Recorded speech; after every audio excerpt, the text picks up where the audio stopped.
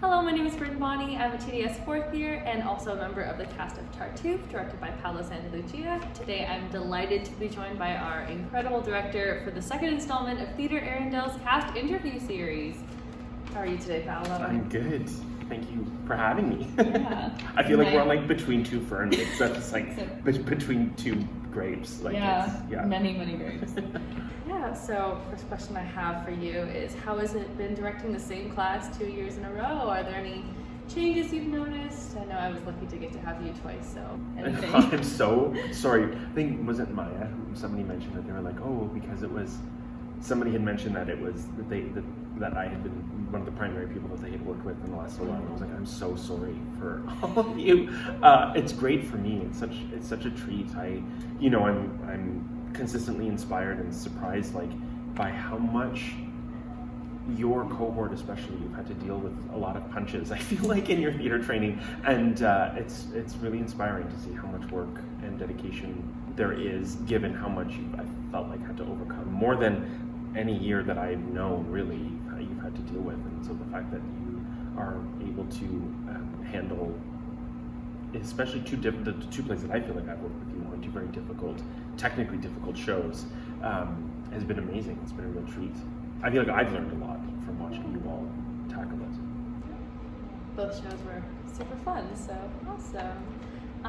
Do you have any favorite moments in this play itself? Anything that stands out to you? I really like when Madame Pernelle says that calls him a dunderhead. That's one of my favorites. I always hear you giggling at that one. It's very funny. Yeah. Oh, that's nice. So how has it been directing a group of soon-to-be graduate actors who will be stepping into the professional industry? I guess you kind of covered that a little bit.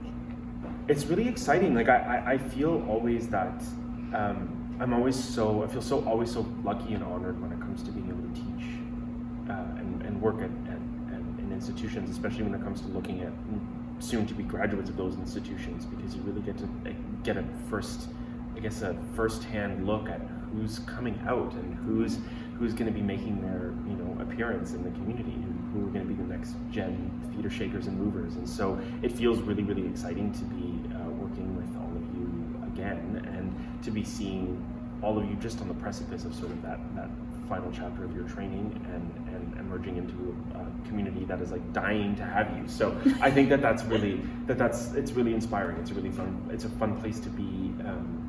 It's a fun place to be collaborating in, truly. Awesome. And now, what makes this production of Tartuffe so special? What is it like to have the classic text to offer to modern day audiences?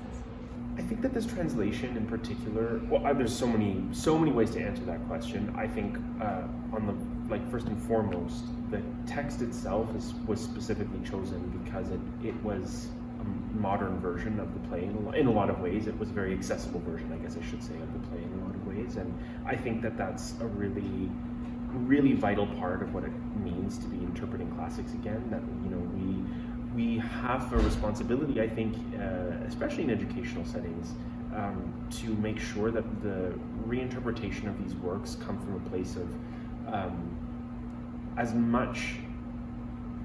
as close to us as we can make them, I think. And I think that that's something that I'm really excited about broadly happening more and more in the community. I think that there's a lot of interest and investment in trying to not make assumptions about these plays, but really try to work at what the themes are and how those apply to us as individuals and artists in the world and times in which we live. And the world has undergone huge change in the last 3 years alone. And I think that when you get to work on a play that's this good, with a text that's this accessible, it is a really, really, really exciting container for what I hope is a really thrilling theatrical experience, not just for the cast, but for the audience as well. So I think that's I feel very lucky that we're getting to use this translation, and that the program approved it, and that we're able to move forward with it, because I think people will be surprised by how quickly they forget that this play is almost 500 years old, because it doesn't feel like that. It is. And I think that's partly horrifying, because it also means that the world hasn't changed that much in the time since it's been written, but also really exciting, because anyone who hears Moliere and goes, oh, I don't know what my entry point to that is, I think we'll be able to come to this and go, oh, I recognize every single one of these people. I think I am some of these people. And I sometimes wish I was some of these people. And I think that that's going to be a really beautiful and exciting way to experience this incredible piece. Yeah, wow, that was lovely. And finally, what can you tell our audiences, my audiences, anything they can expect coming into the show? Oh my gosh, so many things. There's gonna be lots of food. There's lots of fun, and I think that my hope is that people who come can expect to really laugh and maybe be a little bit horrified.